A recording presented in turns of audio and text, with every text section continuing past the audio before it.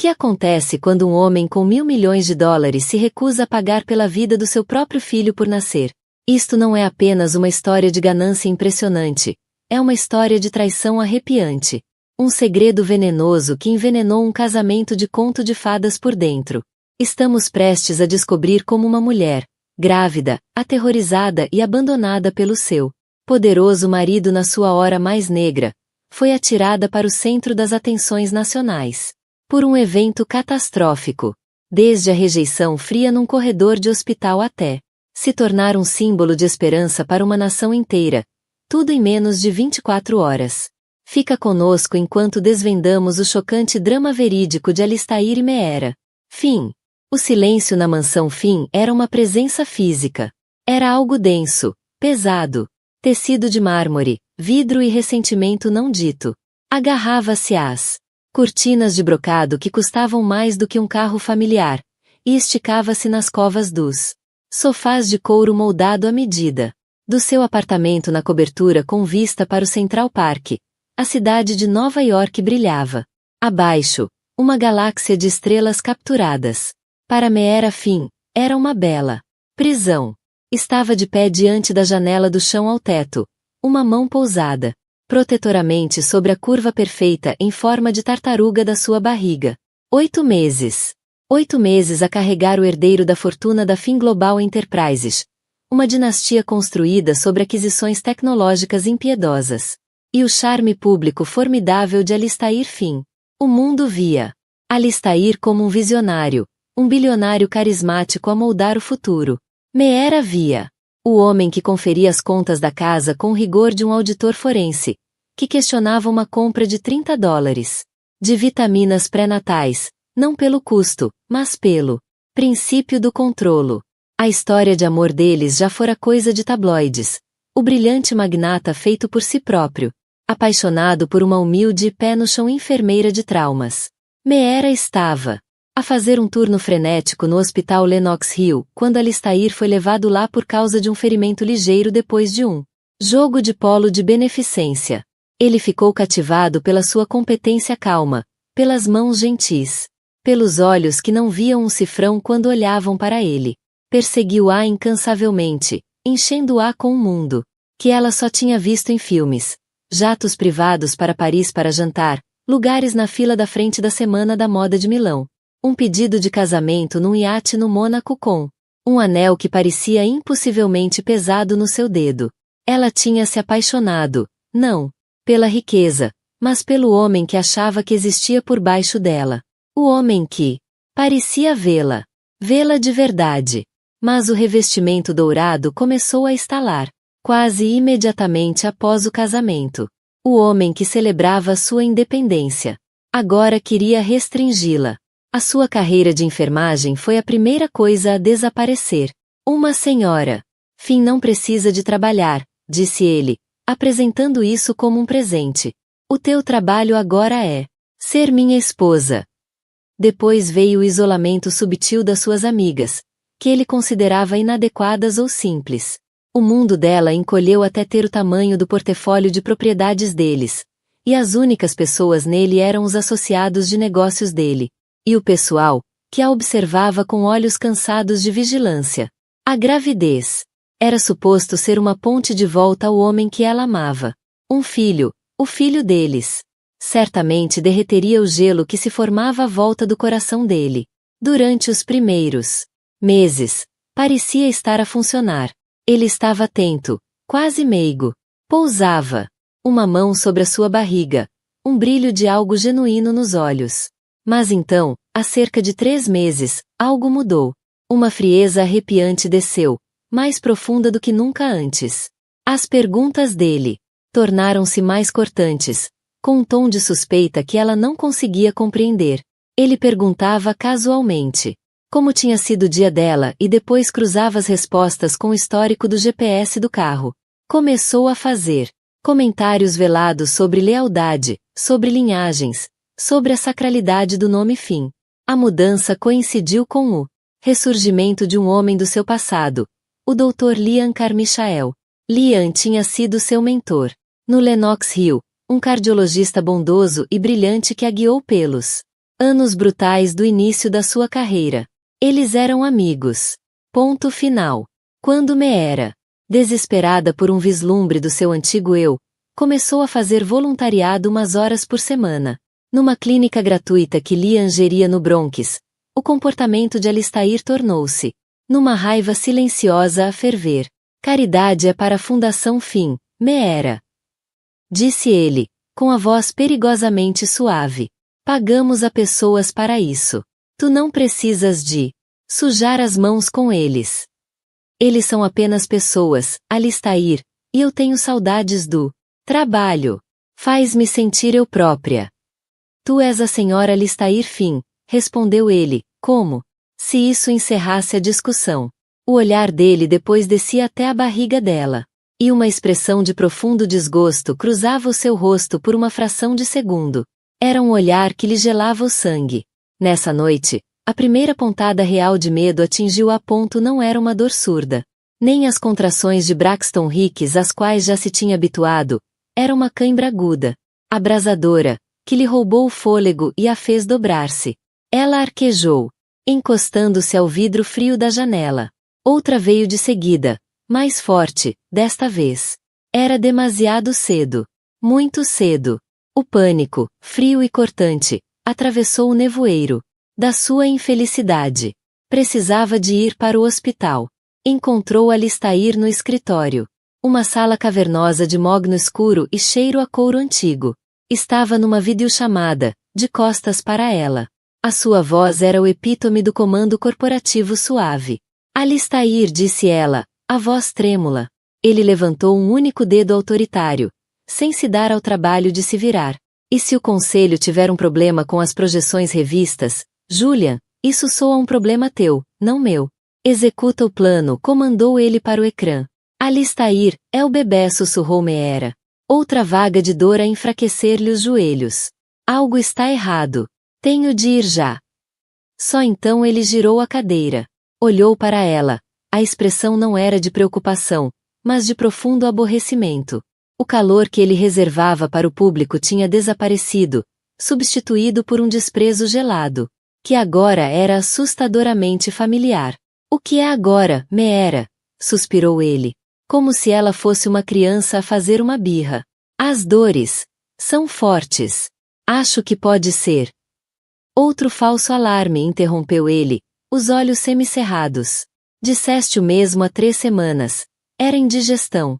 Temos a chamada preliminar dos acionistas anuais dentro de 10 minutos. Isto não é indigestão.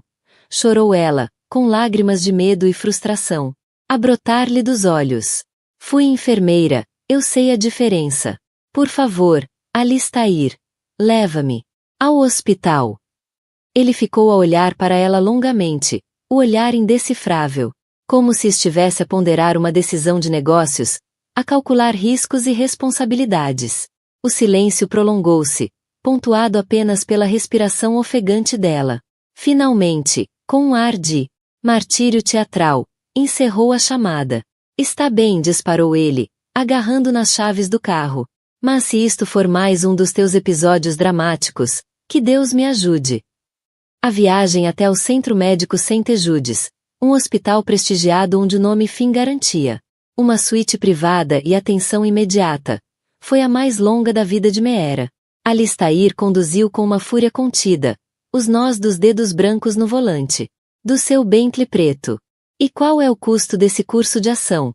Perguntou Alistair, a voz, sem qualquer emoção. A doutora Shen piscou os olhos, apanhada de surpresa. Senhor Fim, a nossa prioridade neste momento é a saúde da sua esposa e do seu filho. Estou ciente das suas prioridades, disse ele, interrompendo-a. Fiz-lhe uma pergunta. Qual é o custo? Visivelmente atrapalhada, a médica gaguejou. Eu não poderia dizer. Vários dias de monitorização numa suíte privada. Medicação variada, consultas com especialistas, seria substancial. Mas certamente o seu seguro. Alistair limitou-se a encará-la. E depois virou o olhar para Meera. Discutiremos isso com a administração. Conduziu uma doutora. Shen atordoada para fora do quarto e voltou-se para a esposa. Uma enfermeira entrou para ajudar Meera a vestir a bata hospitalar e acomodar-se na cama. Alistair ficou de pé junto à porta, a deslizar o dedo pelo telemóvel, parecendo completamente aliado ao drama de vida ou morte que se desenrolava na sua própria família. 1 hora depois, uma administradora hospitalar, uma mulher severa chamada Sra. Davis, entrou no quarto, um tablet na mão. Alistair finalmente pousou o telemóvel e levantou-se, todo negócios. Sra. Finn, que bom estarmos a instalá-la, começou a Sra. Davis com um sorriso treinado. Sr. Finn, só precisamos de confirmar os dados de pagamento para admissão. O seu ficheiro indica preferência por faturação direta à conta corporativa da Finn Global, como nas visitas anteriores. Alistair acenou brevemente com a cabeça. Está correto. Contudo, houve uma alteração de política. O sorriso da Sra. Davis vacilou. Meera observava da cama. Um sentimento de receio a enrolar-se no estômago. A medicação para parar as contrações começava lentamente a fazer efeito, mas o nó de ansiedade apertava-se com cada palavra do marido. A conta Finn Global, disse Alistair, a voz clara e ressonante, como se estivesse a encerrar uma aquisição hostil, não será usada para esta admissão. O silêncio que se seguiu foi absoluto. A Sra. Davis olhou de Alistair para Meera e depois de volta para ele. O rosto um quadro de confusão. Meera sentiu como se todo o ar tivesse sido sugado do quarto. Eu não entendo, senhor, disse a administradora. Há outra forma de pagamento que prefere usar? Não, respondeu Alistair simplesmente. Virou os olhos vazios e mortos para Meera, que agora estava sentada completamente ereta na cama, com o coração a martelar-lhe no peito. Costelas. Isto não podia estar a acontecer. Era um pesadelo. Uma piada cruel e distorcida. Alistair, o que estás a fazer? Sussurrou Meera, a voz a falhar-lhe. Ele ignorou-a, dirigindo-se apenas à Sra. Davis. Isto é uma questão pessoal, não uma despesa corporativa. Claro, Sr. Finn, disse a Sra. Davis, esforçando-se por manter a compostura profissional. Nesse caso, vamos precisar de um cartão de crédito pessoal ou de um depósito para a estadia estimada, que poderá ultrapassar os $50.000, dado possível recurso à unidade de cuidados intensivos neonatais. Alistair nem pestanejou. Deixou o silêncio pairar no ar, um testemunho da sua decisão. Era um homem com um patrimônio de mais de $10 milhões. $50.000. Eram menos que um erro de arredondamento para ele. Era o preço do relógio no seu pulso. As lágrimas escorriam agora pelo rosto de Meera. Alistair, por favor. Suplicou ela. É o nosso bebê. O nosso filho. Ele finalmente olhou para ela, e nesse momento, ela viu a verdade completa e sem verniz da alma dele. Era um lugar estéril, desolado. A suspeita que fermentava na mente dele há meses jorrou toda, num sussurro venenoso, destinado apenas aos ouvidos dela, mas audível o suficiente para a horrorizada administradora ouvir. É meu, Meera, murmurou ele, inclinando-se para mais perto. Tens a certeza absoluta disso? A implicação atingiu-a com a força de um golpe físico. As insinuações, a paranoia, as perguntas sobre Liam. Tudo lhe caiu em cima de repente. Ele não acreditava que o bebê fosse dele. Esta era a punição dele. Esta era a crueldade dele tornada realidade. Estava disposto a arriscar a vida do filho por nascer no altar do seu ciúme envenenado e infundado. Então, só para confirmar, disse a Sra. Davis, agora com a voz trêmula, misto de choque e indignação. O senhor está a recusar-se a pagar pelo atendimento médico de emergência da sua esposa grávida. Alistair endireitou a gravata, o rosto uma máscara de indiferença. Olhou para Meera uma última vez, os olhos a percorrê-la com total desprezo.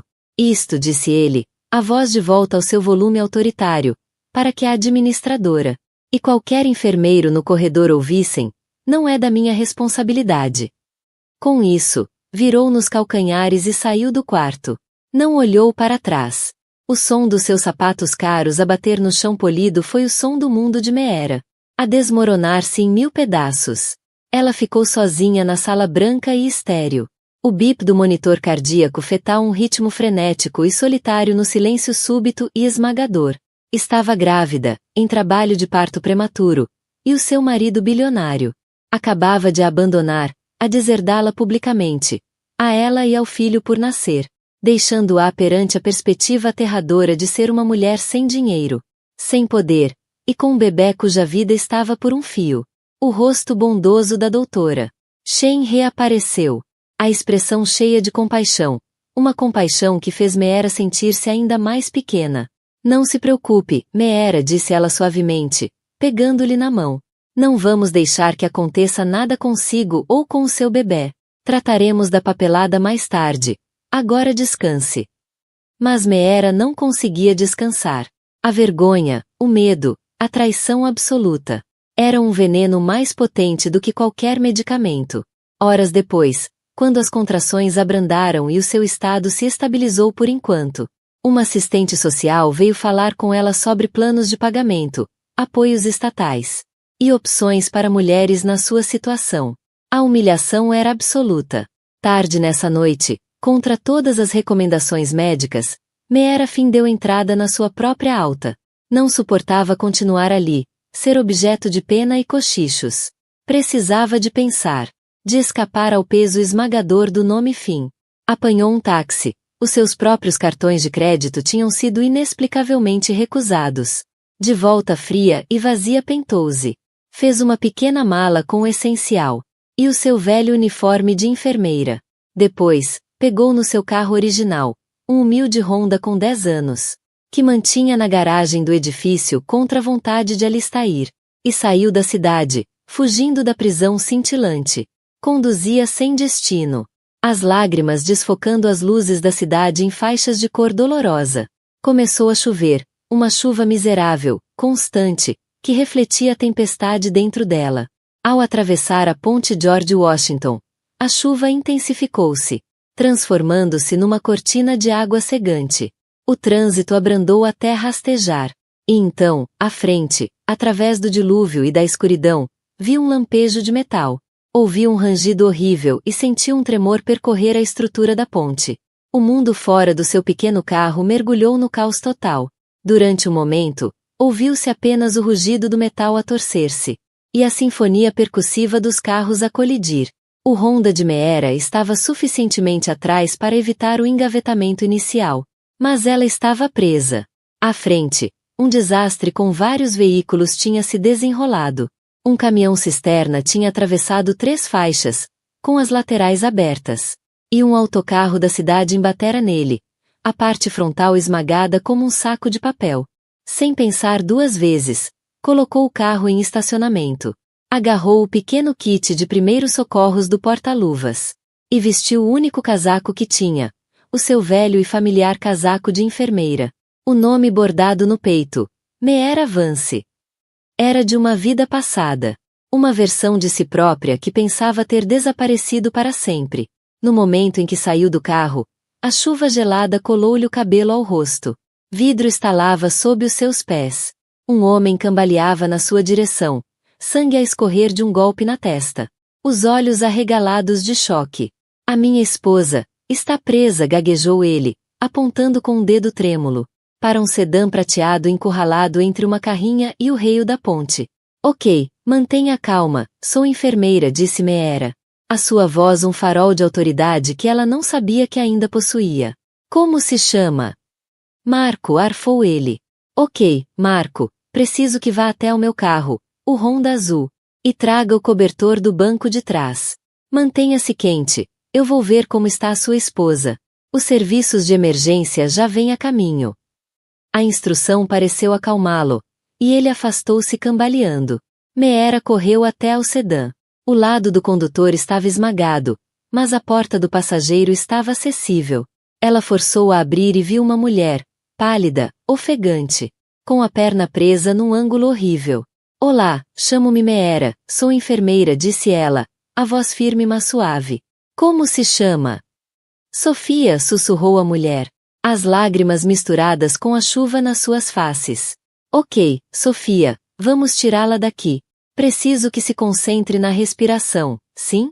Inspire e expire, devagar e profundamente. Meera fez uma avaliação rápida. A perna estava claramente partida. Mas não havia hemorragia arterial grave. O perigo imediato era o choque. E a instabilidade estrutural do carro, que estava precariamente encostado ao reio. Com a água escura e turbulenta do Hudson visível lá embaixo. Usou um lenço do banco da mulher para improvisar um curativo compressivo numa laceração no braço. Enquanto mantinha uma conversa calma e tranquilizadora. Durante a hora seguinte, com o caos a reinar e os socorristas a lutarem. Para alcançar o coração do acidente, Meera tornou-se uma unidade de triagem de uma só mulher. Moveu-se de carro em carro. Uma anjo grávida, encharcada, de bata de enfermeira. Usou uma gravata de homem para fazer um torniquete. A uma vítima com uma grave lesão no braço. Acalmou uma criança histérica presa num banco traseiro, cantando uma canção de embalar. A sua voz clara e firme apesar do tremor no seu próprio corpo. Retirou um idoso de um veículo fumegante. Ignorando a dor surda nas costas e o perigo real de explosão. Estava tão focada, tão imersa na equação de vida ou morte dos cuidados de trauma, que nem reparou na carrinha de reportagem que tinha chegado ao local. Um operador de câmara, protegido por um guarda-chuva segurado por um assistente de produção. Filmava os destroços. Fez um sobre a figura solitária a mover-se com propósito no meio da tragédia. Viu a barriga grávida. A firmeza determinada do maxilar. A forma profissional como ela orientava outras vítimas menos feridas para ajudar. Manteve a câmara a gravar. Quem é aquela? Perguntou o repórter, um jornalista experiente chamado David Shen. Para o microfone, a voz cheia de admiração. No meio deste horror. Parece que temos uma heroína. Uma mulher grávida, claramente uma profissional de saúde, está a dirigir sozinha o atendimento de emergência na Ponte George Washington. Um ato de coragem inacreditável. As imagens eram cruas, poderosas e absolutamente cativantes. Foram transmitidas em direto por todas as grandes redes de notícias da área triestatal. E, em breve, de todo o país. As pessoas que assistiam em casa, horrorizadas com a tragédia em curso, ficaram cativadas com a imagem daquela mulher grávida anônima que correu na direção do perigo, não para longe dele. Quando os paramédicos e bombeiros finalmente romperam o engarrafamento e assumiram o controle da cena. Meera estava exausta, encharcada até os ossos e a tremer de frio e esforço. Um comandante dos bombeiros, com o rosto manchado de fuligem, aproximou-se dela. Senhora, tem de nos deixar assumir. Está grávida. Não devia estar aqui. Olhou para ela com uma mistura de incredulidade e profundo respeito. Fez algo incrível esta noite. Salvou vidas. Como se chama? Meera apenas abanou a cabeça, apertando mais o casaco à volta do corpo. Só fiz o que qualquer um faria. Ela não queria reconhecimento. Queria desaparecer. Viu as câmaras de notícias e o coração apertou-se com um novo tipo de medo. A última coisa que queria era ser encontrada por Alistair. Escapou no meio da confusão, recusando cuidados médicos para si própria. Encontrou Marco e Sofia a serem colocados numa ambulância. Sofia agarrou-lhe a mão ao passar. Obrigada, chorou. Salvou-me. Meera apenas acenou com a cabeça, um nó a formar-se na garganta. Encontrou seu velho Honda, milagrosamente intacto, e conseguiu conduzi-lo pelas faixas que iam ficando desimpedidas. Conduziu até que a cidade fosse apenas um brilho distante no espelho retrovisor, a mente em branco de exaustão. Acabou por parar num motel pequeno e discreto, numa cidade tranquila de Nova Gércia. Pagou um quarto com o último dinheiro que tinha consigo e colapsou na cama, caindo num sono profundo e sem sonhos. Não fazia ideia de que, em milhões de ecrãs, a lenda do anjo da ponte estava apenas a começar. Alistair Finn acordou com o zumbido silencioso do seu despertador inteligente, que ia gradualmente iluminando as luzes da Penthouse para simular o amanhecer. Espreguiçou-se. Os lençóis de seda fina estavam frescos contra a pele. Tinha dormido profundamente, o sono justo de um homem que acreditava ter eliminado um cancro da sua vida. O breve e irritante drama com Meera no hospital era já uma memória distante, uma transação desagradável que agora estava encerrada. A sua rotina matinal era sagrada, expresso ristreto, Um olhar para os números do pré-mercado de Tóquio e Londres. E depois as notícias da manhã no ecrã de 85 polegadas do seu closet. Enquanto abotoava a camisa feita por medida, ouvia distraidamente a manchete principal. O engavetamento catastrófico na ponte George Washington. Sentiu um lampejo de aborrecimento. O incidente provavelmente atrasaria alguns dos seus executivos juniores. Mas depois a voz do repórter mudou de grave para surpreendida. Mas a verdadeira história da noite passada foi o heroísmo inacreditável de uma mulher, uma samaritana desconhecida, agora apelidada de o Anjo da Ponte. Alistair olhou para o ecrã. As imagens estavam granuladas, filmadas sob chuva torrencial, mas a imagem era inconfundível. Uma mulher, a forma aumentada por um casaco e pela curva evidente de uma gravidez avançada, ajoelhada ao lado de um carro capotado. Viu com atenção enquanto a câmera fazia zoom. Ela usava um casaco de enfermeira. Virou a cabeça ligeiramente, o perfil iluminado por um instante, pelas luzes intermitentes de um veículo de emergência. Alistair ficou imóvel, as mãos paradas nos botões dos punhos. Não podia ser. Agarrou o comando e recuou as imagens. O coração começou a bater com uma emoção estranha, desconhecida. Reproduziu outra vez, desta vez em câmara lenta. O rosto molhado pela chuva, a firmeza determinada da mandíbula, a forma específica como se movia. Era ela. Era Meera. Um frio aterrador, muito mais intenso do que a raiva do dia anterior, começou a enraizar-se nos ossos dele. O que fazia ela ali? Por que usava aquele casaco ridículo e velho? A história retratava-a como uma heroína. Uma heroína que ele tinha expulsado de um hospital há menos de 12 horas. O telefone tocou, agudo, no silêncio do apartamento. Era Julian, o chefe de relações públicas, um homem cuja calma imperturbável era sua maior qualidade. Mas hoje, parecia estar a ter um ataque de pânico. Alistair, viste as notícias? A voz de Julian estava tensa. Estou a ver agora, disse Alistair. A sua própria voz perigosamente calma. Isso não é o problema. Quer dizer, é um problema, mas não é o problema. O problema é o St. Jude's. O que tem? Alguém falou, Alistair. Alguém vazou a história toda. Uma administradora. Acham que foi a senhora Davis. Já está em vários blogs noticiosos mais agressivos. E está a espalhar-se como fogo. Bilionário Alistair Finn recusa-se a pagar cuidados de emergência para esposa grávida. Estão a ligar isso ao Anjo da Ponte. Estão a dizer que atiraste uma heroína para a rua. Alistair sentiu o mundo inclinar-se no eixo. Isto não era uma questão contida. Era uma narrativa. E no mundo da percepção pública, narrativa era realidade. Estava a ser retratado como vilão de uma história em que a esposa que ele tinha acabado de acusar de infidelidade e abandonado, era agora a nova queridinha do país. Acaba com isso, ordenou Alistair, a velha arrogância a regressar. Liga aos nossos amigos na Omnicorp News, na GNN. Paga o que for preciso. Quero esta história enterrada. É tarde demais, Julian quase gritou. Isto tornou-se viral. É orgânico. As hashtags já estão a circular. Hashtag Anjo da Ponte, hashtag Justiça para Meera, hashtag Fim. Não conseguimos matá-la. Estamos atrás dela. Temos de nos pôr à frente. Entretanto, num pequeno apartamento no Bronx, o Dr. Liam Carmichael tomava o seu café da manhã antes de ir para a clínica. As notícias passavam em segundo plano. A mesma história. Viu, o coração apertado pelas vítimas do acidente. Quando surgiram as imagens da misteriosa heroína, inclinou-se para frente, franzindo a testa. Havia algo familiar.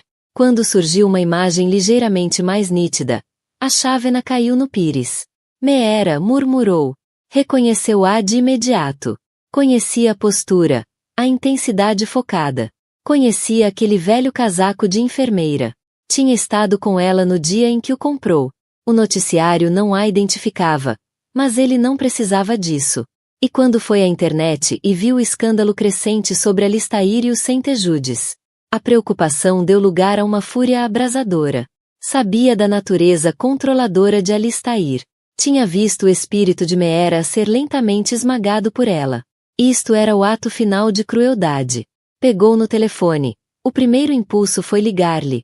Mas a chamada caiu diretamente numa mensagem de número desligado. Claro que Alistair a teria cortado. Uma onda de pânico apoderou-se dele. Ela estava algures, grávida de 8 meses, sozinha. E depois do que passou na ponte, provavelmente exausta e emocionalmente devastada.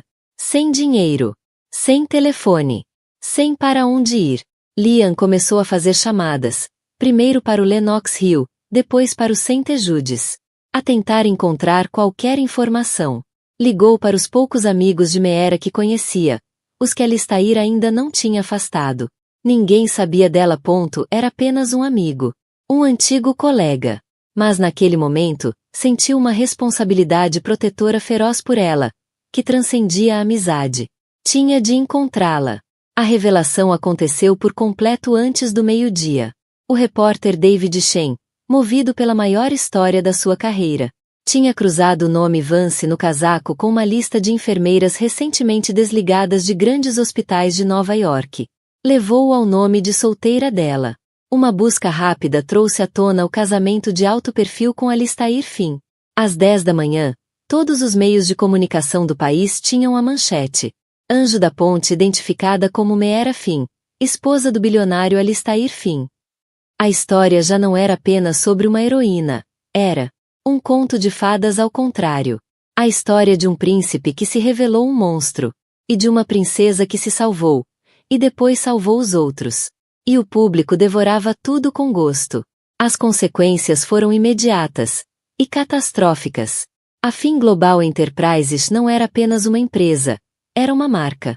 E essa marca estava inextricavelmente ligada à imagem cuidadosamente cultivada de Alistair Finn. Como um gênio benevolente e progressista.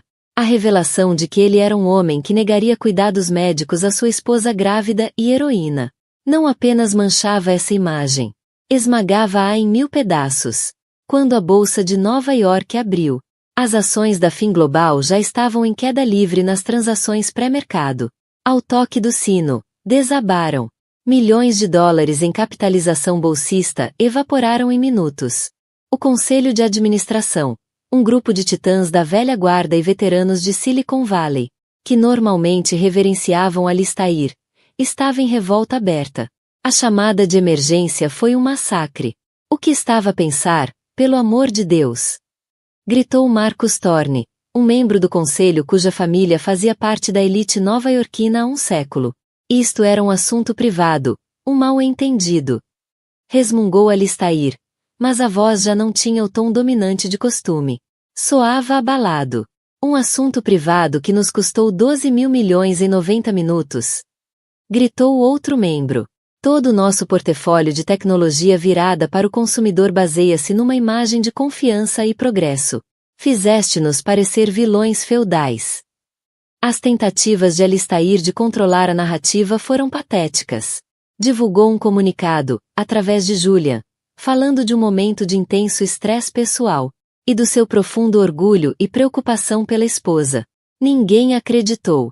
A história do hospital, confirmada por 2 enfermeiras anônimas, e pela administradora Sra. Davis, que tinha sido prontamente despedida e agora contratava advogados.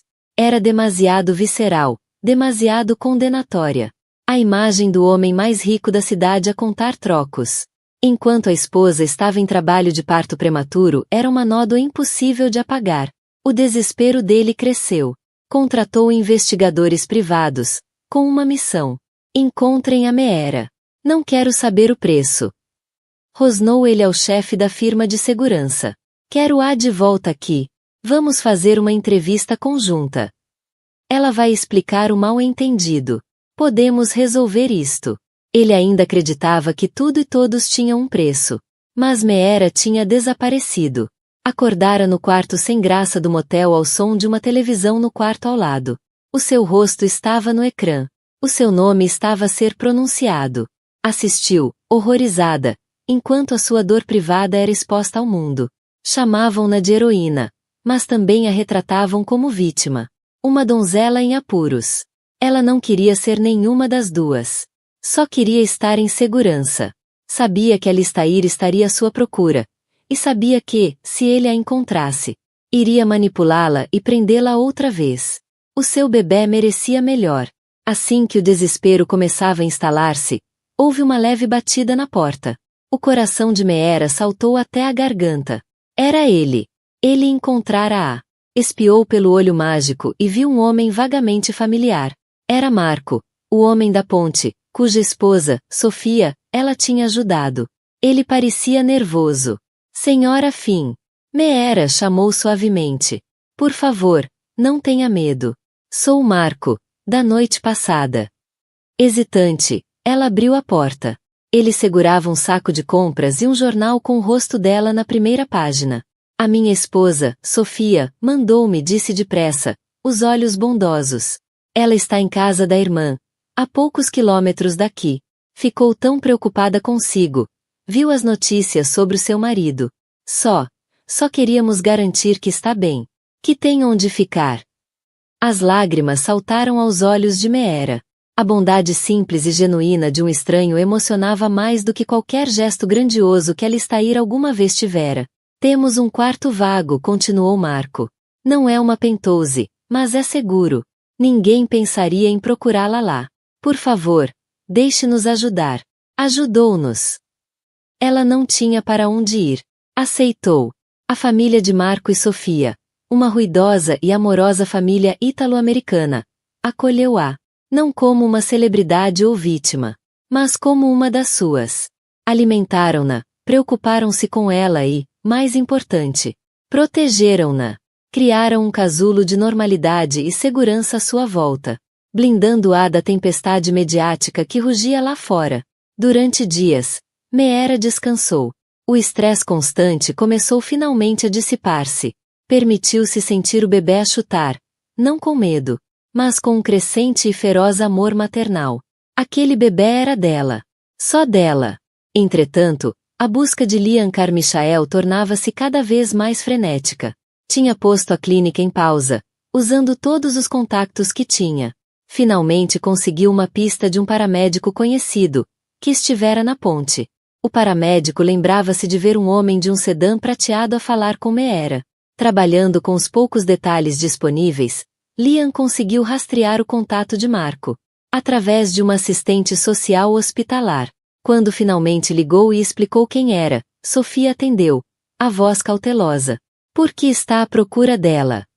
Porque sou amigo dela, disse Liam, a voz carregada de emoção. E estou doente de preocupação. Sou médico. Só quero garantir que ela e o bebê estão bem. Juro que não conto a ninguém onde ela está. Após uma longa conversa com Meera, Sofia concordou. Liam foi até a pequena casa nos subúrbios, o coração aos pulos.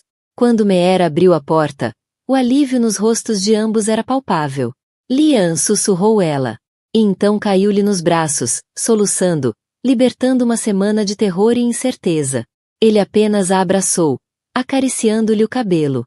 Encontrei-te, disse baixinho. Agora está segura. Deu-lhe um exame completo. O bebê estava bem, as contrações tinham parado.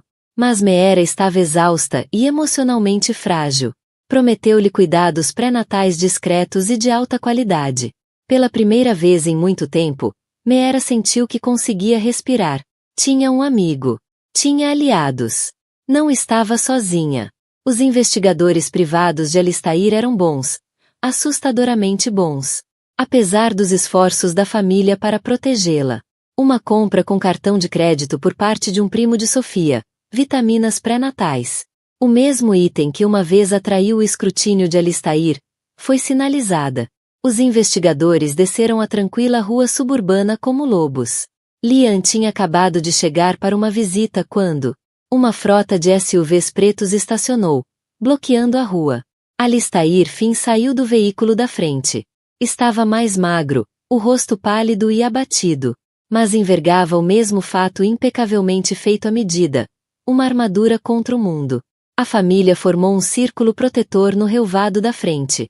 Mas os homens de Alistair, grandes e ameaçadores, afastaram-nos sem cerimônias. Os olhos de Alistair fixaram-se na porta da frente, que Meera acabava de abrir. Viu-a. A barriga agora mais saliente. De pé ao lado de Liam. A imagem deles juntos incendiou as fantasias paranoicas de Alistair até se tornarem um inferno em chamas. Então é verdade, disse ele, a voz carregada de veneno. Avançou em direção a eles, o olhar fixo em Liam. Devia ter sabido. Escondida aqui com o teu amante. Enquanto a minha vida é sistematicamente destruída. Ela não está escondida comigo, Alistair, disse Liam, colocando-se ligeiramente à frente de Meera. Está a ser protegida de ti. Mete-te na tua vida, Carmichael. Isto é um assunto de família, rosnou Alistair. Depois virou-se para Meera. E toda a sua postura mudou. Tentou evocar o velho charme. A ternura manipuladora que outrora funcionara tão bem. Meera, meu amor, disse, a voz suavizando. Isto foi tudo um enorme mal-entendido. Estava sob imensa pressão. Não era eu próprio. Por favor, volta para casa. Podemos resolver isto. Lançamos um comunicado, vamos à televisão, contamos a verdade. Meera olhou para o homem que um dia amara. E não sentiu nada a não ser uma clareza fria e dura. O medo desaparecera. Substituído por uma força que nem sabia que tinha. A verdade, Alistair? Perguntou, a voz firme. A verdade é que me deixaste. Deixaste o nosso filho morrer por causa das tuas suspeitas nojentas e infundadas. Não te importavas com a minha saúde. Só te importavas com o teu dinheiro e com o teu nome. Posso dar-te tudo, implorou ele. O desespero a infiltrar-se na voz. A Penthouse. Os jatos. Uma nova fundação de caridade com o teu nome. Tudo o que quiseres. Só volta. Preciso de ti. Não, disse Meera. A palavra única caiu com a finalidade de uma guilhotina. Tu não precisas de mim. Precisas de um adereço. Precisas de reparar a tua imagem. Mas eu não estou à venda. Não sou um ativo para ser gerido. O rosto de Alistair distorceu-se de raiva. A máscara caiu completamente, revelando o homem feio e inseguro por baixo. Sua ingrata de merda! Gritou ele, avançando. Dei-te tudo. Tirei-te do anonimato. Não és nada sem mim. Liam moveu-se para bloqueá-lo. Mas Meera ergueu a mão e deteve-o. Ela enfrentaria aquilo sozinha. Estás errado, Alistair, disse ela. A voz a ressoar com um poder recém-descoberto. Eu já era alguém muito antes de te conhecer. Enfermeira. Uma pessoa que ajuda os outros. Foste tu que tentaste fazer de mim um nada. E quase conseguiste. Inspirou fundo, pronta para dar o golpe final. Uma verdade que juntara a partir de um comentário solto da doutora Shane e dos seus próprios conhecimentos médicos. Mas eu sei a verdadeira razão por que fizeste isto. Não foi por causa do Liam. Nem sequer foi por causa da tua suspeita. Foi por causa da tua vergonha. Alistair ficou imóvel, um lampejo de verdadeiro medo nos olhos. Tu sabias, não sabias? Continuou Meera, a voz suave mas implacável. Tu sabias há meses. És estéril, Alistair. Lembro-me da doutora Shane mencionar que tinhas feito alguns exames discretos no hospital, há meses atrás. Recebeste os resultados mais ou menos na altura em que comecei a fazer voluntariado na clínica. Exatamente quando começaste a tornar-te frio. A cor desapareceu do rosto de Alistair. Era verdade. O seu segredo mais profundo e guardado. O bilionário visionário, o mestre do universo. Era incapaz de gerar um herdeiro. A dinastia Finn terminaria com ele. Não conseguiste encarar, disse Meera. O quadro completo agora cristalino. O teu ego não suportava a verdade. Por isso inventaste uma nova. Uma história onde eu era vilã, a esposa infiel. Precisavas de acreditar que te traí. Porque a alternativa, que este bebê milagre que eu tanto queria, não era teu. Simplesmente porque tu não podias ser pai. Era demasiado para suportares. Tu não me abandonaste porque achavas que o bebê não era teu. Abandonaste-me porque sabias que não podia ser. A revelação pairou no ar, devastadora na sua simplicidade. Alistair Finn, o homem que controlava tudo, fora destruído pela única coisa que não podia controlar, a sua própria biologia. A sua crueldade não era um ato de força, mas de uma fraqueza profunda e patética. Olhou para ela, O império a desmoronar-se à sua volta. As mentiras expostas. Não lhe restava nada. Sem poder. Sem charme. Sem ameaças que pudessem tocá-la. Olhou do rosto desafiador de Meera para a postura protetora de Lian. E finalmente, verdadeiramente, quebrou. Com um soluço sufocado, virou costas. E cambaleou de volta para o carro. Um homem derrotado e esvaziado por dentro. A partida de Alistair Finn não foi o fim da tempestade, mas o início de uma calma profunda e purificadora. Os dias que se seguiram à sua retirada humilhante foram um turbilhão de manchetes. Meera assistia, distante, enquanto o império que Alistair construíra com medo e brilho começava a desmoronar-se publicamente. O golpe final veio de uma fuga anônima, provavelmente de um dos seus próprios investigadores desonrados, confirmando a sua esterilidade. Era um detalhe profundamente pessoal, um que ela nunca teria revelado, mas o mundo agarrou-se a ele, não com simpatia, mas como a chave que desbloqueava o mistério da sua crueldade. O Conselho de Administração da Finn Global, desesperado por estancar o colapso das ações e da reputação, atuou com brutalidade cirúrgica. Alistair não foi apenas forçado a demitir-se. Foi apagado. Um comunicado de imprensa duro anunciou a sua saída imediata e a nomeação de um novo CEO. 2 dias depois, surgiu o golpe de mestre das relações públicas. O anúncio da Fundação Meera para a Saúde Materna e Infantil, financiada com um fundo inicial de $100 milhões. Um ato de penitência corporativa. Transparente, mas eficaz. A advogada de Meera, uma mulher perspicaz fornecida pela rede de Lian, ligou para discutir o inevitável acordo de divórcio. Estão preparados para lhe oferecer mais 50 milhões, pessoalmente. Disse a advogada. Um pedido de desculpas dourado.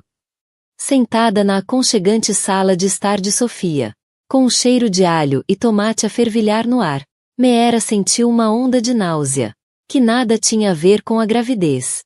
Não quero o dinheiro dele, disse ela, a voz firme. Não quero nada com o nome Finn. Diga-lhes para colocar tudo na fundação. Tudo. A advogada ficou em silêncio por um momento. Meera, isso é um gesto extraordinário. Não é um gesto, respondeu ela, olhando à volta para o lar simples e amoroso que se tornará seu refúgio. É um corta-fogo. Quero a minha vida de volta, não uma jaula dourada. O meu filho terá tudo o que precisa porque eu vou providenciar. A sua decisão, quando inevitavelmente se tornou pública, cimentou o seu estatuto. Não era uma esposa traída em busca de vingança ou riquezas. Era uma mulher de integridade inabalável. O anjo da ponte tornará-se algo mais. Um símbolo de graça e força silenciosa. As últimas semanas da sua gravidez decorreram numa bolha de paz sem precedentes. O caos barulhento e amoroso da família alargada de Marco e Sofia era um bálsamo para a alma. Não a tratavam como uma celebridade. Tratavam-na como uma prima. Discutindo sobre como chamar o bebê. Forçando-a a comer mais massa. E empurrando-a para o sofá quando parecia cansada. Lian era uma presença constante e estável. Nunca pressionava, nunca presumiu. Ia visitá-la depois dos turnos na clínica. Às vezes com comida para levar. Outras vezes apenas para se sentarem juntos na varanda. Ao entardecer, conversavam durante horas. Não apenas sobre o bebê, mas sobre as suas vidas antes de Alistair. Sobre a paixão comum pela medicina. Sobre os seus sonhos de um mundo mais gentil. Nesses momentos silenciosos, uma nova ligação formou-se, mais profunda que a amizade, fundada em valores partilhados e respeito mútuo. Era uma promessa tácita de um futuro, um que poderiam explorar livremente quando chegasse o momento certo. 2 semanas depois do confronto final e patético de Alistair, Meera entrou em trabalho de parto. Começou, não com medo, mas com uma certeza tranquila. Desta vez, não houve corredores frios nem crueldades calculadas. Lian levou-a a um hospital comunitário local, o mesmo onde ele tinha feito o internato. Sofia estava lá, recusando-se a sair do lado dela, segurando-lhe a mão e respirando com ela em cada contração. A sala de parto estava cheia, não de tensão, mas de amor e encorajamento. Liam estava lá, um amigo de apoio e defensor profissional, traduzindo os termos médicos e garantindo que os desejos dela eram respeitados. No momento final, quando deu o último empurrão, Meera não sentiu o peso esmagador de um herdeiro a nascer. Sentiu o poder puro e primordial de uma mãe, a trazer o seu filho ao mundo, nos seus próprios termos. Dias depois, sentada numa cadeira de baloiço, no quarto ensolarado que a família de Sofia tinha pintado de amarelo suave, Meera embalava o filho nos braços. Chamava-se Léo Vance. Dormia pacificamente. O peso dele era real, sólido, uma âncora maravilhosa para esta nova vida. Liam estava sentado calmamente numa cadeira ao lado, a observá-los com um sorriso terno. "O que vais fazer agora?" perguntou ele, baixinho, a voz cheia de calor. Meera olhou para Léo, depois para Liam, e um sorriso genuíno e radiante iluminou seu rosto, chegando-lhe aos olhos.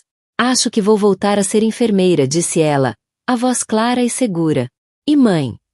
"Acho que isso é mais do que suficiente." Já não era a senhora Listair Finn, a esposa do bilionário. Era Meera Vance. Mãe. Sobrevivente. Heroína. Definida não pela riqueza ou tragédia, mas pelas suas próprias escolhas. O seu futuro não estava escrito em cotações de ações ou capas de tabloides, mas no ritmo constante e tranquilo da respiração do seu filho. Ela estava livre. E finalmente, estava em casa. Dos corredores frios e estéreis de um hospital onde foi abandonada. A cena caótica e chuvosa de um desastre onde se tornou heroína. A jornada de Meera é um poderoso testemunho da resiliência do espírito humano. Vimos-la cair dos círculos mais altos da sociedade, traída pelo homem que prometera protegê-la, para depois erguer-se de novo, não sobre uma fundação de riqueza ou poder, mas sobre a sua própria integridade, coragem e a bondade de estranhos. Esta história é um lembrete de que a verdadeira riqueza não se mede em dólares, mas em caráter. Meera perdeu uma fortuna, mas encontrou-se a si mesma, e ao fazê-lo, conquistou o coração de uma nação. A sua vitória não foi apenas sobre um marido cruel, mas sobre o medo e o desespero, terminando com a bela e tranquila vitória de uma nova vida e de um novo começo. Se a incrível história de força e redenção de Meera te inspirou, apoia este vídeo com um gosto.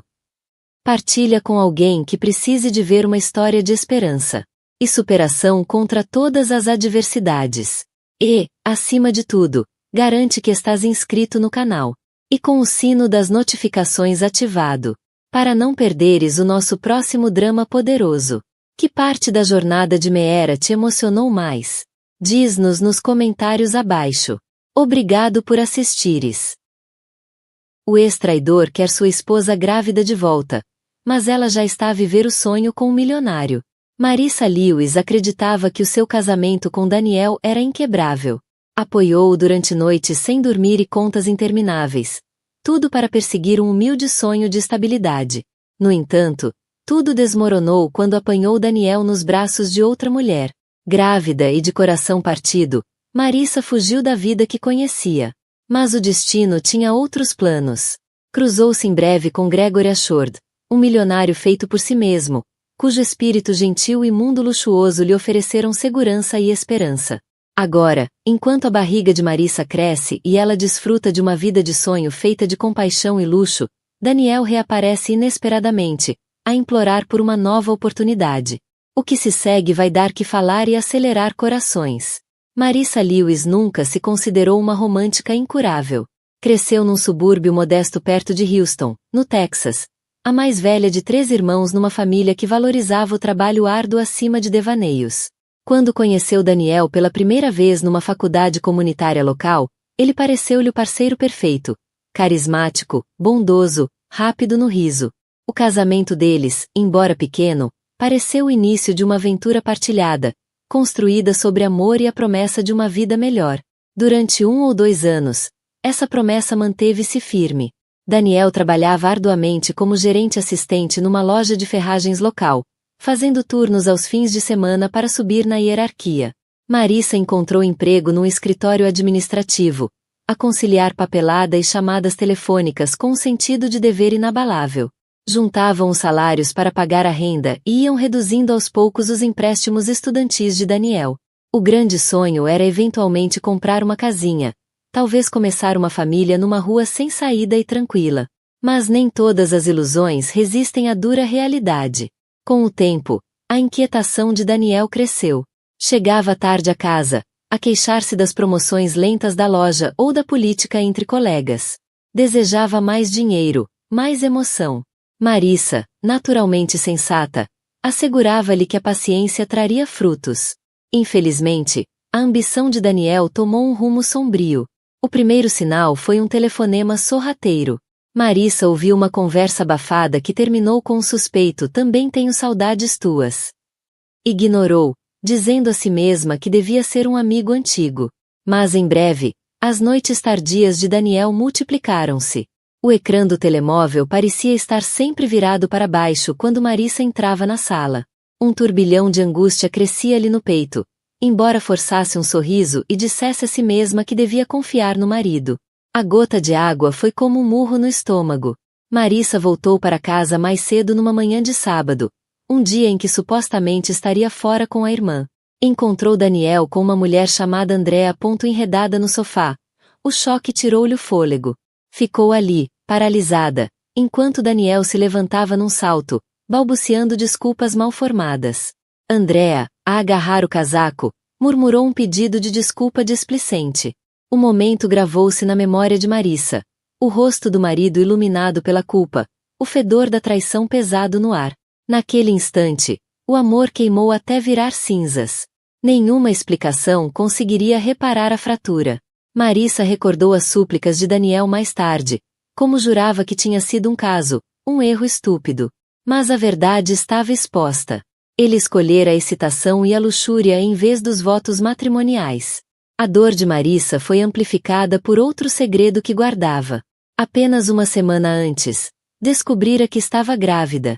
Agora, essa notícia preciosa parecia uma crueldade do destino. Sem saber como recuperar a confiança, Marissa fez a mala e partiu.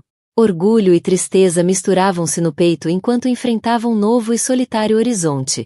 Refugiou-se primeiro num motel modesto, depois pediu ajuda a uma amiga em Houston. Recusou-se a atender às chamadas de Daniel, nem respondeu às mensagens frenéticas em que ele insistia que mudaria, pelo bem do filho que esperavam.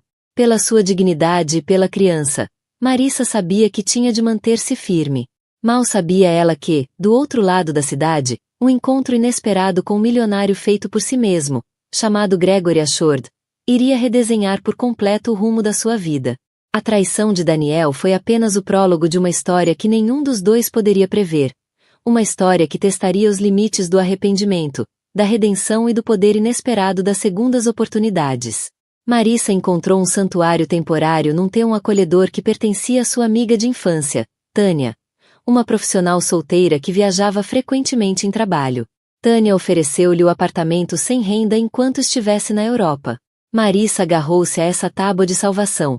As suas poupanças mal dariam para o essencial, quanto mais para sustentar um bebê a caminho. Apesar do desgosto, adotou uma rotina estável.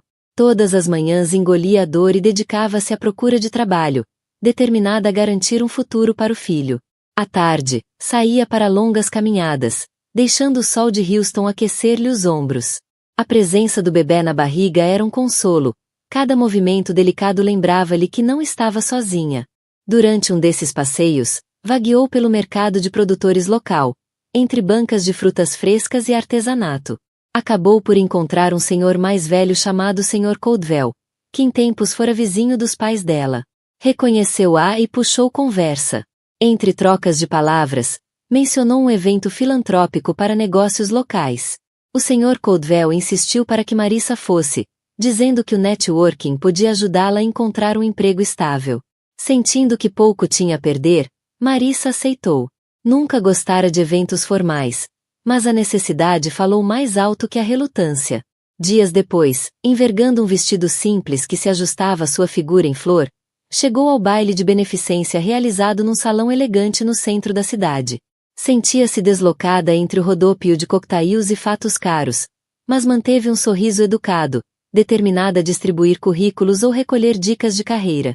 E foi então que o viu, Gregory Ashford, o empreendedor que alcançara sucesso com várias startups tecnológicas em Dallas antes de expandir para o setor imobiliário por todo o Texas. Era conhecido localmente pelas suas iniciativas filantrópicas.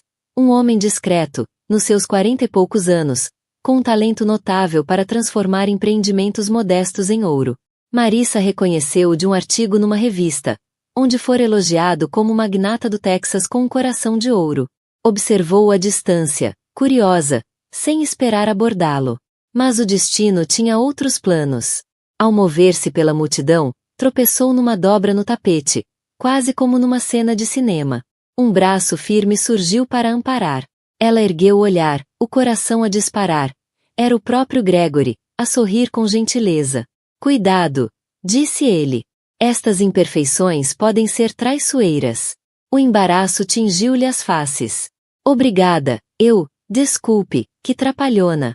Ele soltou uma risada suave, o olhar caloroso. Não se preocupe. Está tudo bem. Está grávida. Sente-se bem? Ela acenou, a piscar os olhos para conter as lágrimas da vergonha. Sim, com cerca de 4 meses. Só não estou habituada a usar saltos, acho eu. Ele guiou-a com delicadeza até uma cadeira próxima, oferecendo-lhe água. Deixe-me adivinhar. É nova nestes eventos? Ela esboçou um sorriso resignado. Nota-se assim tanto? Assim começou uma conversa que duraria a noite inteira. Contou-lhe um pouco sobre a procura por estabilidade, sobre o futuro incerto. Ele ouviu com atenção, sem nunca invadir o terreno do seu desgosto pessoal. No final da noite, Marissa percebeu que tinha encontrado uma alma rara, genuinamente interessada em ajudar, não em julgar. Quando o baile terminou, Gregory insistiu em acompanhá-la até casa, garantindo que atravessasse as ruas sem tropeções. Marissa, ainda desconfiada de homens ricos depois do desastre com Daniel, sentia-se dividida. Mas algo na bondade contida de Gregory começou a desarmá-la.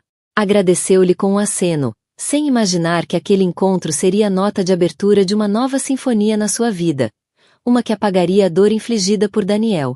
Dias depois, Gregory voltou a entrar em contato com Marissa.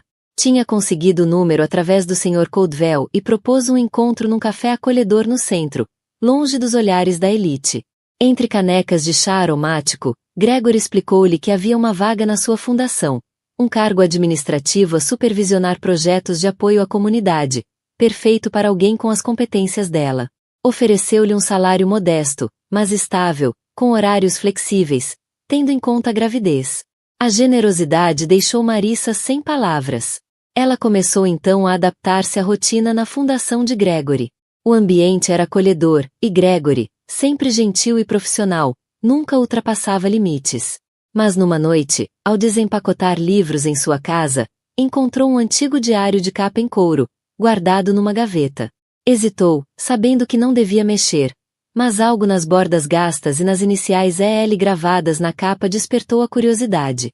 Ao folhear as páginas, encontrou notas manuscritas com caligrafia elegante. Não eram registros de trabalho nem agendas. Eram cartas nunca enviadas.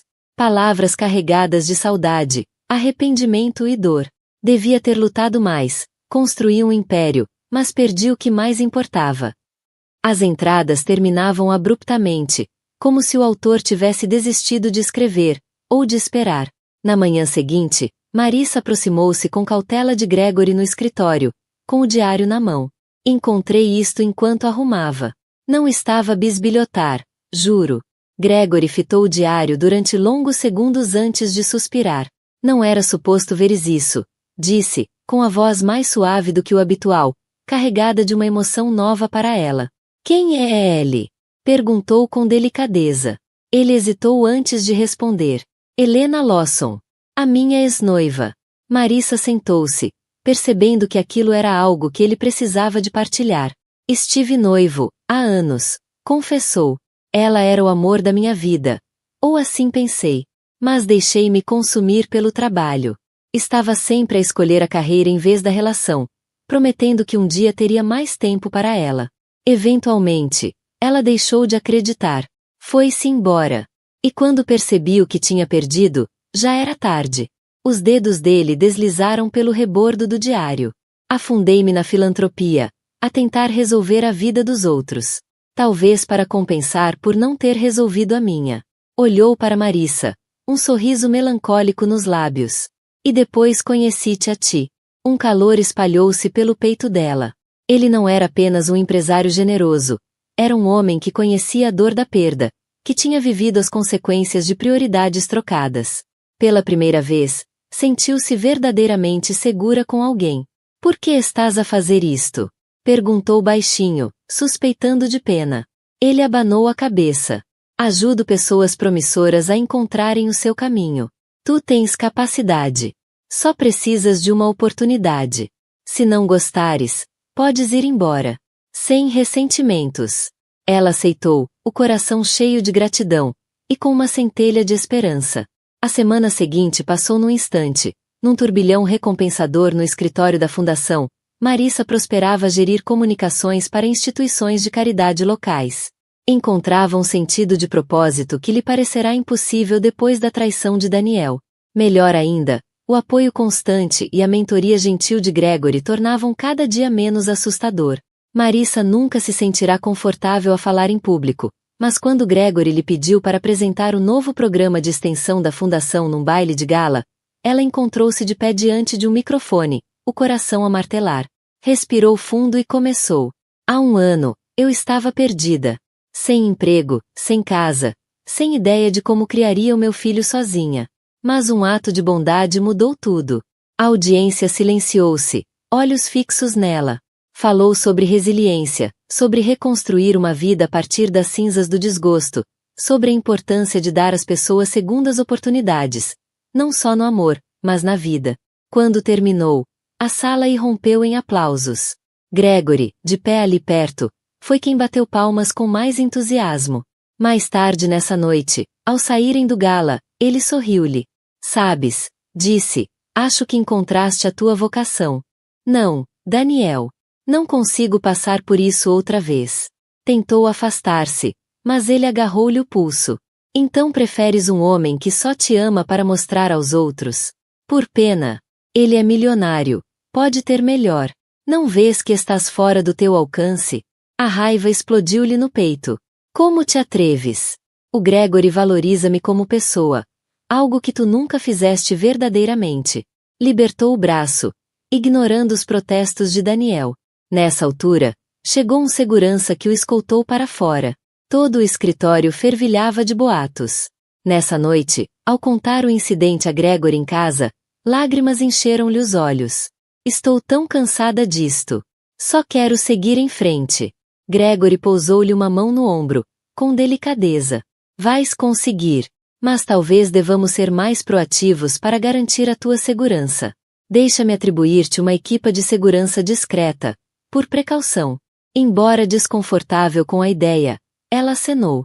Percebia que o desespero de Daniel podia escalar. O bebê era prioridade.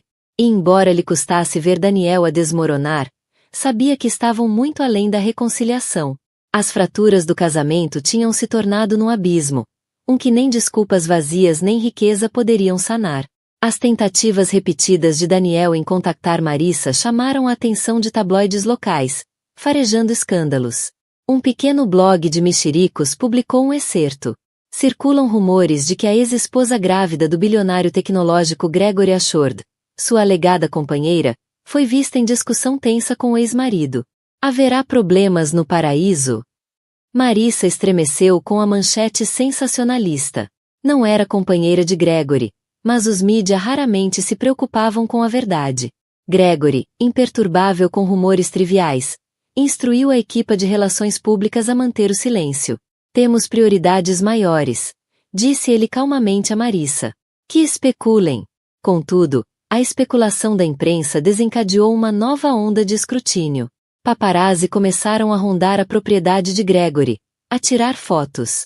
Um dia captaram Marissa sair com a barriga visível, escoltada por seguranças. No dia seguinte, os tabloides estampavam as imagens com legendas sensacionalistas. Grávida do Ashford, mistério rodeia ex-marido da futura mãe. Mortificada, Marissa receava pela sua credibilidade profissional na fundação. Desabafou com Gregory numa noite. Odeio que me pintem como interesseira. Ou que o meu ex-marido ande a criar drama. Só quero uma vida normal. Gregory afastou-lhe uma madeixa do rosto. O olhar sereno. Compreendo. Mas deixa-me garantir-te, independentemente do que a imprensa diga, o teu trabalho está seguro. Tens feito um trabalho exemplar. Confio plenamente em ti. Marissa soltou o ar, aliviada. Apesar da confusão, o apoio incondicional de Gregory sustentava-a. Percebeu como a vida mudará drasticamente. Outrora, sobrevivente de um desgosto. Agora, vivia em conforto com um homem de paixão silenciosa. Sentia um misto de gratidão e culpa, ao lembrar-se de como Daniel um dia tivera o seu coração. Teria evitado o colapso se tivesse reconhecido antes o desassossego de Daniel. À medida que os boatos aumentavam, Daniel parecia alimentar-se deles, fazendo-se passar por vítima nas redes sociais. Publicava frases enigmáticas, insinuando que estava a lutar pelo amor da minha vida. Alguns seguidores acreditavam, outros ridicularizavam-no pela traição passada. O escândalo fazia o telemóvel de Marissa vibrar constantemente com mensagens invasivas de conhecidos antigos. Numa manhã particularmente difícil, encontrou Daniel à espera do outro lado dos portões de Gregory. Mostrava um envelope, dizendo que continha provas de que tinha mudado.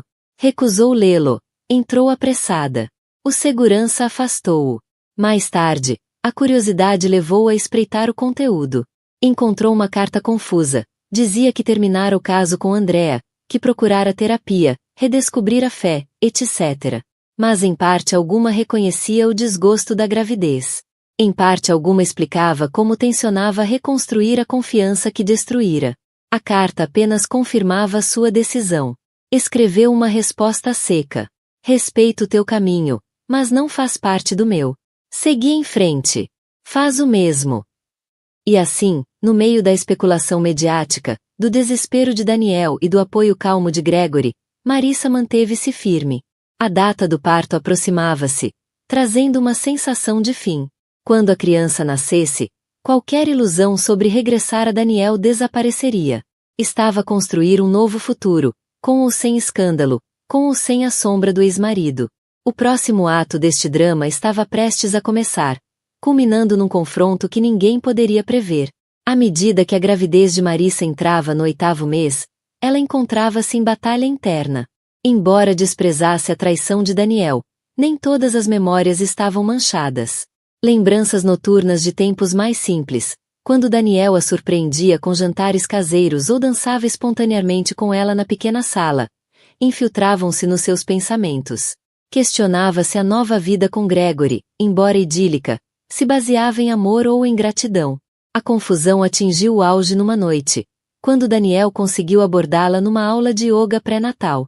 Tinha ido sozinha, a desejar alguma independência.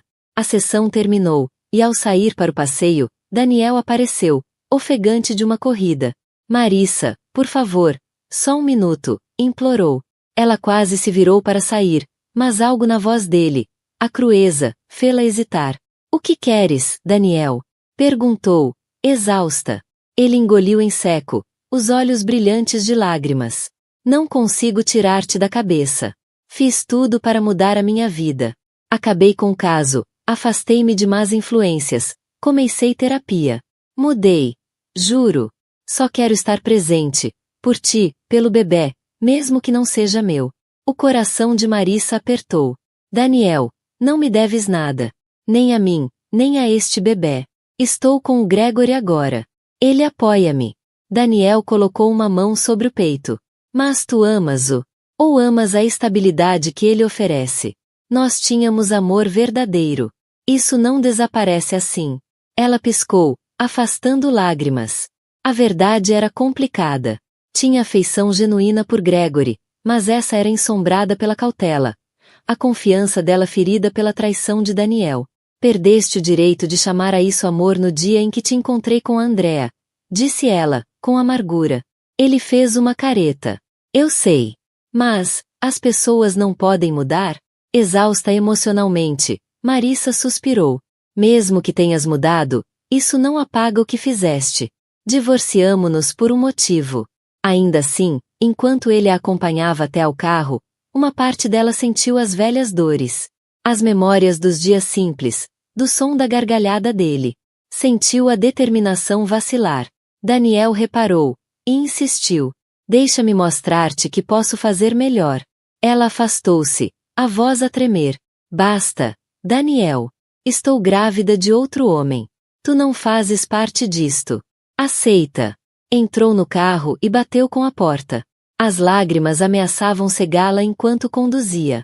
Nessa noite, regressou à propriedade de Gregory, desanimada e confusa. Mal conseguiu cumprimentá-lo antes de se refugiar no quarto. Gregory, preocupado, bateu suavemente à porta, mas ela fingiu cansaço. Deitada, reproduzia mentalmente as palavras de Daniel, amaldiçoando-se pela pontada de pena que sentirá. Sabia que ele era manipulador, mas uma parte dela ainda sofria pela perda daquele amor. Na escuridão, perguntou-se: estou verdadeiramente pronta para comprometer o meu futuro com Gregory? Ou será possível uma segunda oportunidade com Daniel? A ansiedade misturava-se com a lógica. A inocência do bebê ainda por nascer a agitar-se dentro dela. Amanhã teria de enfrentar estas emoções confusas, porque o tempo estava a esgotar-se. E quando o bebê chegasse, não haveria retorno fácil ao passado. A inquietação interior de Marissa não passou despercebida. Gregory percebia-lhe a agitação, os breves lampejos de lágrimas quando ela pensava que ele não via. Numa noite, após o jantar, levou-o até uma sala tranquila com vista para o jardim iluminado pela lua. Sentaram-se num sofá de 2 lugares, o silêncio da noite a envolvê-los. Marissa, começou ele suavemente, percebo que estás inquieta. Por favor, sê honesta comigo. O reaparecimento do Daniel está a afetar os teus sentimentos? Os olhos dela desviaram-se, as faces coradas de vergonha. Desculpa. Eu sei que fizeste tanto por mim. Às vezes, questiono, se estou mesmo ultrapassada ou apenas agarrada às memórias. É confuso. Gregory inspirou fundo, a tentar manter-se sereno. Eu entendo. Um desgosto não desaparece de um dia para o outro. Mas preciso de perguntar, vês um futuro comigo? Ou estás incerta? Ela engoliu em seco. Gregory, tem sido meu apoio. Eu gosto muito de ti, a sério. Mas tenho medo. Nunca demos nome a esta relação. Tem sido tão doce, mas sempre ensombrada pelo meu passado doloroso.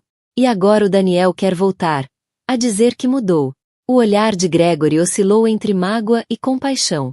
Não posso fingir que fico feliz com os esforços do Daniel. Mas também não quero que escolhas ficar comigo por gratidão ou culpa. Quero que tenhas a certeza.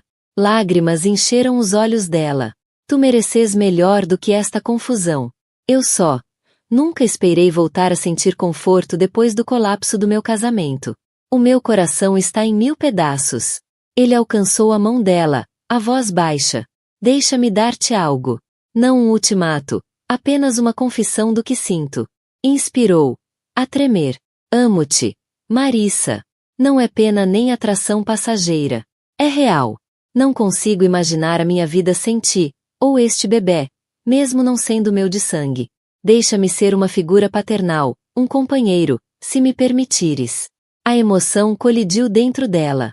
Chorou em silêncio, tocada pela sinceridade dele. Gregory, eu acho que também te amo.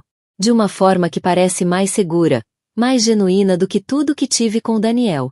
Mas tenho tanto medo de fazer a escolha errada. Ele apertou-lhe a mão. Leva o tempo que precisares. Não tens de decidir esta noite. Mas sabe que estou aqui, pronto para construir uma vida contigo. Se o Daniel ainda ocupa parte do teu coração, fala com ele. Vê se é possível encontrar encerramento. Pausou, os olhos brilhando com uma aceitação terna. Não me vou meter no teu caminho. Desde que sejas verdadeiramente feliz. As lágrimas caíram, a gratidão e o desgosto misturando-se. Nunca conhecera uma devoção tão altruísta. Nesse momento, percebeu que o amor de Gregory não era controlador nem ressentido. Era generoso. Esse conhecimento tanto a confortava quanto a assustava. Acenou, sem conseguir falar, e ele envolveu-a num abraço suave. Ficaram assim, no silêncio da noite, interrompido apenas pelos soluços abafados dela. O bebê deu um pequeno pontapé, como a incentivá-la a seguir em frente. Ela agarrou-se a Gregory, percebendo que o verdadeiro amor podia existir sem exigências. Mas a resolução final com Daniel ainda pairava. Tinha de o enfrentar uma última vez, nem que fosse para enterrar o fantasma da união quebrada. O destino alinhou-se para um confronto final. Marissa decidiu encontrar-se com Daniel num parque público perto do antigo bairro onde viveram juntos. Contou a Gregory que precisava de encerramento e que lidaria com isso. Ele não adorou a ideia, mas respeitou a sua autonomia. Numa tarde ensolarada, Marissa chegou ao parque, o coração a bater descompassado. Daniel esperava num banco de madeira, os olhos a brilhar quando a viu. Notou que ele usava um casaco novo, cabelo cortado, como se tentasse parecer reformado. Ela aproximou-se, os braços cruzados sobre a barriga. Trocaram cumprimentos desconfortáveis. A voz de Daniel tremia de emoção. Estás radiante. A gravidez fica-te bem. Ela forçou um aceno educado. O que queres, Daniel? Vamos manter isto civilizado. Ele sentou-se no banco, exalando com força. Marissa, passei meses a refletir sobre como destruir tudo. Fui imaturo, andava atrás de emoções baratas. Perder-te foi o pior erro da minha vida. Quero-te de volta. Mesmo que o bebê não seja meu, eu crio-o como se fosse. Juro. A garganta dela apertou-se. Agradeço que tenhas percebido os teus erros. Mas amor não é algo que se deita fora e depois se tenta apanhar de novo quando convém. Traíste-me. E essa traição mudou-me para sempre. O olhar dele oscilava com desespero. As pessoas aprendem com os erros. Eu aprendi. Arranjei um novo emprego, fui promovido, estou estável agora. Podemos começar de novo. Ela sentiu a raiva a misturar-se com pena. Achas que uma promoção apaga a infidelidade? O meu coração partiu-se. Daniel. Nenhum emprego ou pedido de desculpas conserta isso no instante. Além disso, segui em frente com outra pessoa. O Gregory. Ele mostrou-me uma bondade que tu nunca mostraste. Não completamente. Daniel encolheu-se.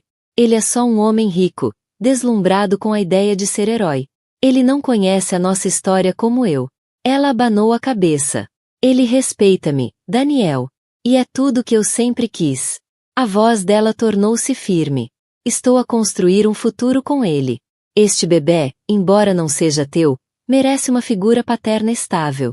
E o Gregory está disposto a sê-lo. Daniel desabou, as lágrimas a brilhar nos olhos. Então é certo. Nem vai sequer considerar-me. O lábio de Marissa tremeu. Lembrou-se dos bons momentos, da intimidade que um dia partilharam. Mas a memória da traição sobrepunha-se a tudo. Tenho a certeza, sussurrou.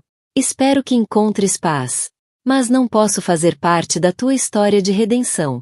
Ele expirou, o peito pesado de arrependimento. Suponho que é isso, então. Levantou-se lentamente, olhando-lhe o rosto uma última vez.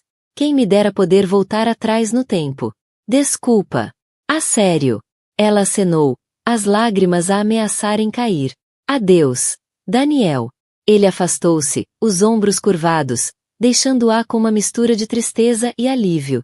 Pousou uma mão na barriga e inspirou o ar fresco do parque. Aquela conversa final selava tudo. Daniel era o passado, uma lição dolorosa sobre desgosto. O futuro brilhava com a promessa da dedicação inabalável de Gregory e do amanhã do seu bebê. Calmamente, saiu do parque, cada passo mais leve. O drama, por agora, chegará ao fim. Restava apenas abraçar a vida que escolhera, livre das correntes de um ex-infiel e aberta ao amor gentil e constante de um homem que a valorizava por inteiro. 2 semanas depois, a data prevista para o parto de Marissa aproximava-se. A barriga, símbolo de renovação, crescia. Continuava a viver com Gregory, e o laço entre eles aprofundava-se a cada dia. Ele começara a delegar algumas responsabilidades na fundação, assegurando que estaria totalmente presente quando o bebê chegasse. Tarde numa noite, Marissa sentiu as primeiras dores de parto, suaves no início, mas rapidamente transformadas em contrações agudas. Gregory acordou com o grito dela, ativando de imediato o modo cuidador.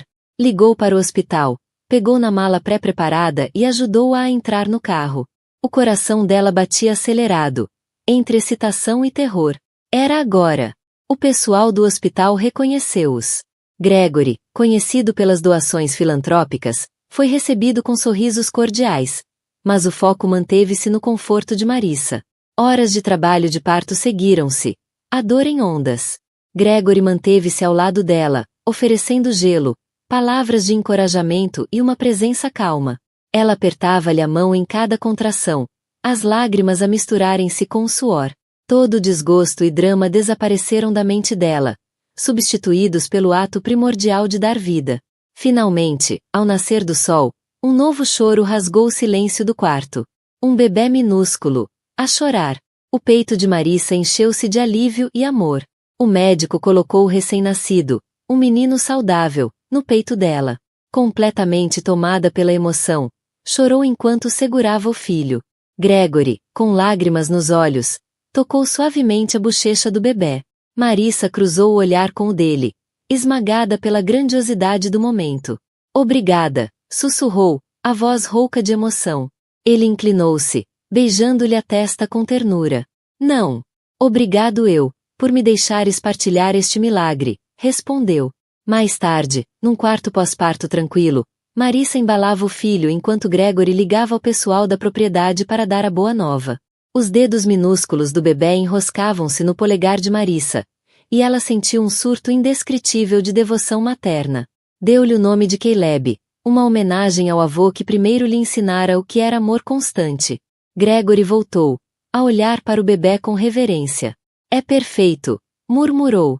O coração de Marissa aqueceu ao ver como a emoção dele era genuína. Não era um sentido passageiro de dever.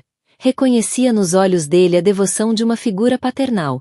Enquanto o mundo podia rotular Gregory como apenas o milionário cuidador, ela via o homem que se entrelaçara na sua vida com bondade e compreensão. Enquanto Caleb dormia, Gregory e Marissa discutiram brevemente os planos.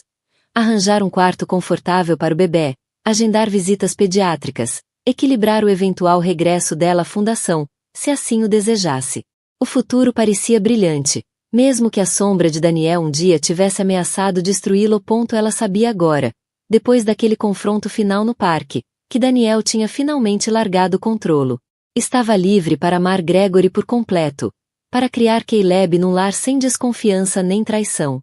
No silêncio daquele quarto de hospital, a nova família, mãe, filho e um homem determinado a ser pai em todos os sentidos, encontrava-se no início de um novo capítulo.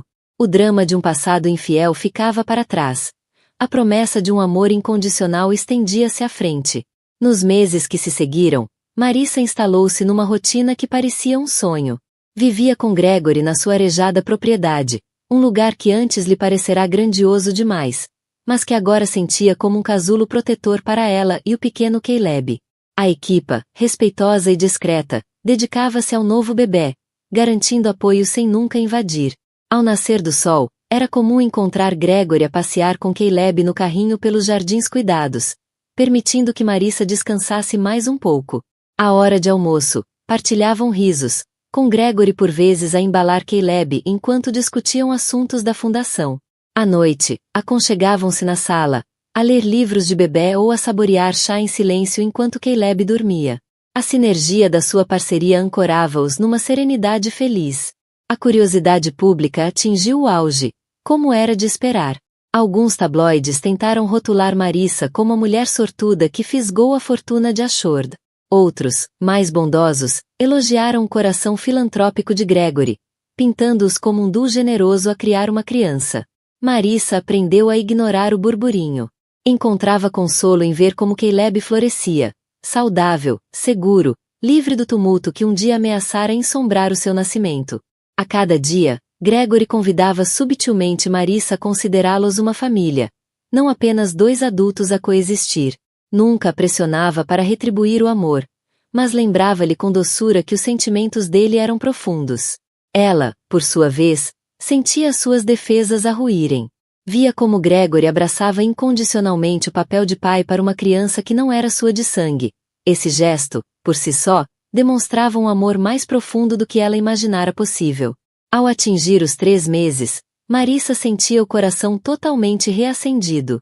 A amargura que em tempos guardara pela traição de Daniel tornara-se uma memória distante, substituída por um sentimento de plenitude que nunca imaginara experimentar. A vida podia, afinal, ser estável, carinhosa. Gregory era, de facto, o parceiro que ela precisava.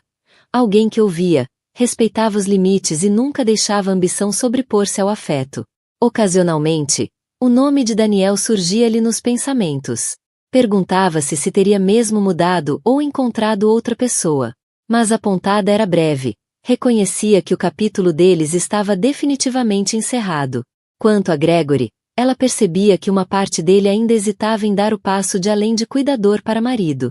Sentia isso na forma como ele por vezes evitava falar do futuro, talvez temendo assustá-la. Finalmente, numa noite estrelada, depois de colocarem Caleb no berço, Gregory conduziu-a até ao jardim. Passearam entre flores perfumadas, o luar lançando um brilho prateado. Perto de um arco recatado, ele parou, virando-se para ela, a voz com uma leve tremura. Marissa, disse ele, esta vida que estamos a construir, é mais do que alguma vez ousei sonhar. Tudo o que te disse antes. Mantenho. Amo-te. Quero que sejamos uma família de nome e alma. Consideras o casamento? Não agora, mas, comecemos essa conversa. Ela sentiu as lágrimas de alegria a brotar, o coração a acelerar.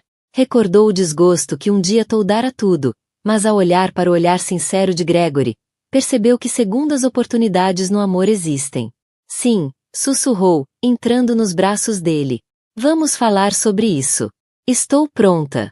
O sim de Marissa não era uma aceitação formal de um pedido de casamento, mas um convite para planearem juntos um futuro moldado por respeito mútuo, alicerçado nas experiências que os formaram.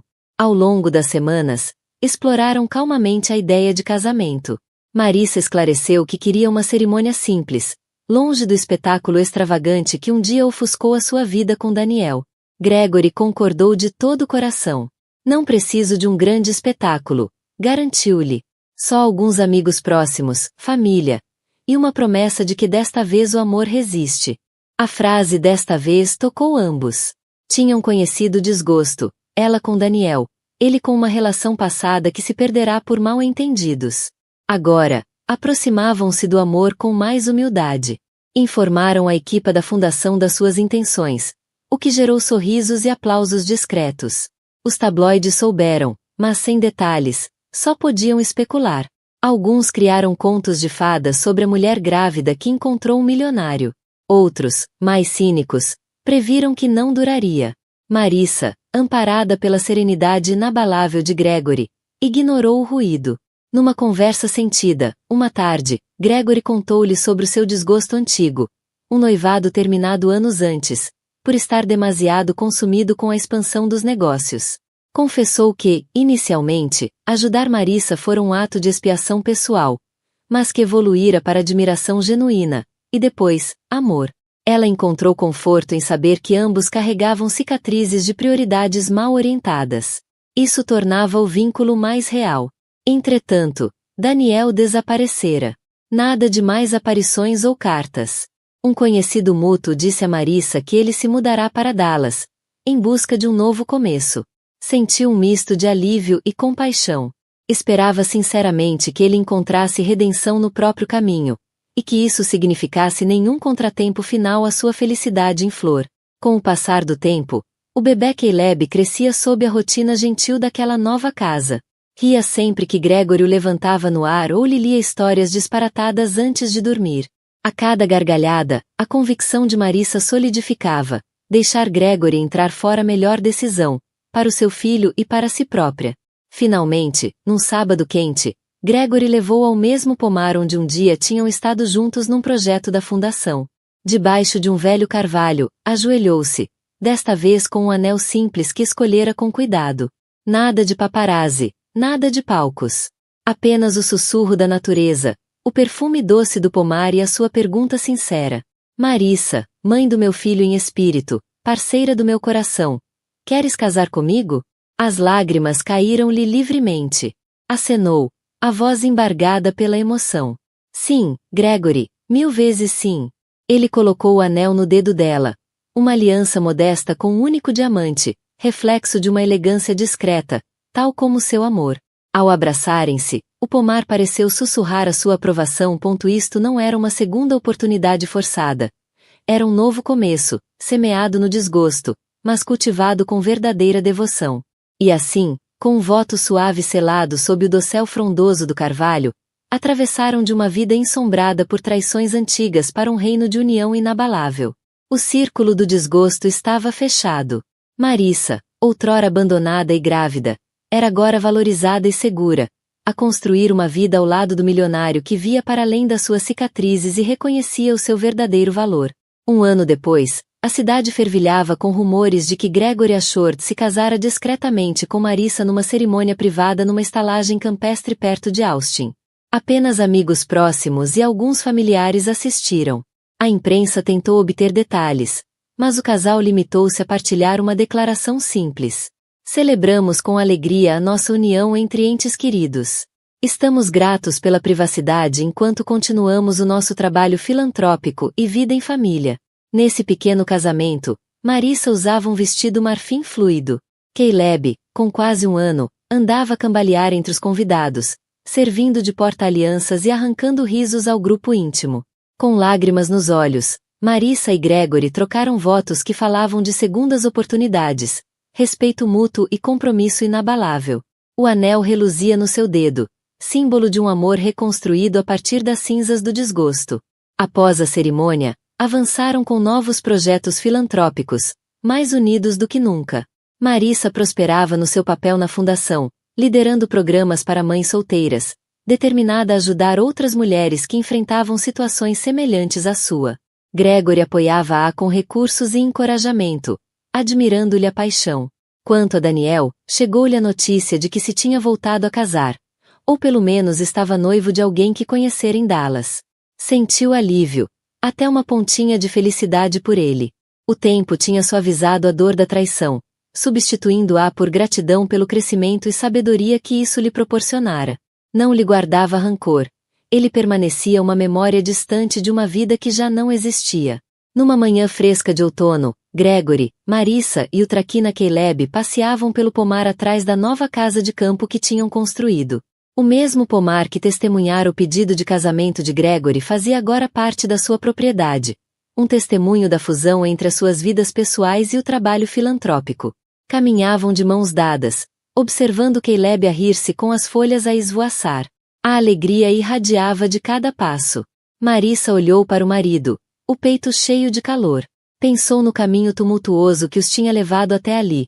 A infidelidade de Daniel, a partida dolorosa, os meses precários em espaços emprestados, o encontro inesperado com um milionário bondoso, o turbilhão mediático, o confronto final com Daniel e a aceitação doce de um homem que provou que a riqueza não precisava de obscurecer o amor. Tudo isso se condensava numa verdade.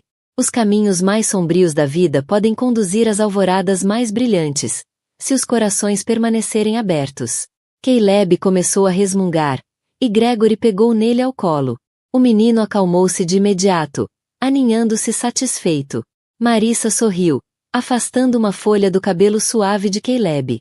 Continuaram a caminhar, o dossel do pomar brilhando com a luz dourada do sol. Naquele momento sereno, encarnava uma verdade que nenhum escândalo ou desgosto poderia manchar. A cura e o amor podem florescer mesmo das feridas mais profundas. Marissa, outrora apenas a ex-esposa grávida de um homem infiel, era agora amada por um companheiro que via sua força, honrava os seus sonhos e a ajudava a reescrever o seu destino com traços suaves e luminosos. O tumulto da traição, do desgosto e de uma gravidez inesperada ameaçou, em tempos, consumir o espírito de Marissa. No entanto, na sua hora mais negra, não só encontrou coragem para partir, como descobriu um novo caminho com um milionário compassivo que viu o seu verdadeiro valor. As súplicas arrependidas de Daniel nada podiam contra o amor profundo e o respeito genuíno que Marissa construíra com Gregory, um homem cuja riqueza era ofuscada pelo seu coração sincero. A chegada do pequeno Caleb selou o laço entre eles, provando que votos despedaçados podem levar a horizontes mais radiantes, guiados pela esperança, pela resiliência e por um apoio incondicional. Obrigado por acompanhar esta jornada comovente de traição, perseverança e redenção inesperada. Se a história de Marissa, um desgosto transformado em felicidade, tocou seu coração, carregue no botão de gosto, Partilhe este vídeo com amigos que acreditam no poder das segundas oportunidades e subscreva o nosso canal para mais histórias que destacam as reviravoltas dramáticas da vida e as possibilidades infinitas.